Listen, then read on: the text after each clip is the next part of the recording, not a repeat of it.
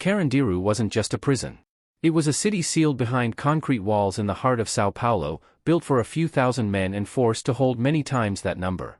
Inside, the state barely existed. Inmates ran entire cell blocks, set rules, and decided who lived comfortably, and who didn't. By the early 1990s, Carandiru had become a pressure cooker. Rival groups controlled different floors. Guards rarely entered without fear. Survival depended on alliances, favors, and silence. One wrong look could cost you protection. One careless word could make you disappear. On an ordinary afternoon, a small argument broke out between inmates on an upper floor. At first, it seemed routine. Fights were common, often settled internally. But this one spread. Shouts echoed through the corridors. Doors slammed. Panic rippled through the overcrowded block as control slipped away. Authorities were called. What happened next would haunt Brazil for decades. Security forces entered the prison to restore order. Communication failed. Tension exploded. In the chaos, decisions were made that could never be undone. By the time the operation ended, Carandiru was silent in a way it had never been before.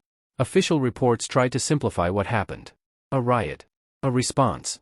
A restored order. But survivors told a different story, one of confusion, fear, and people caught in the middle with nowhere to run. Many inmates insisted they had surrendered. Others claimed they were never involved at all. Investigations followed. Trials dragged on. Responsibility shifted from one office to another. Some convictions were overturned. Others vanished into legal gray zones. Families waited years for answers that never fully came. Then came the final twist. Years later, Carandiru Prison was demolished. The buildings were erased, replaced by a public park.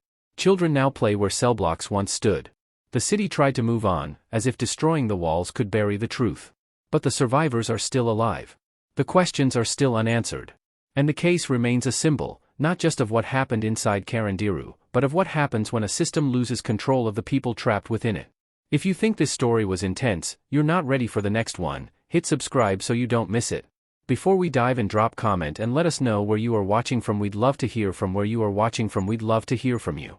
If you enjoy true crime stories like this, be sure to like the video, subscribe, turn on notification bell, and share it with someone who'd love it too.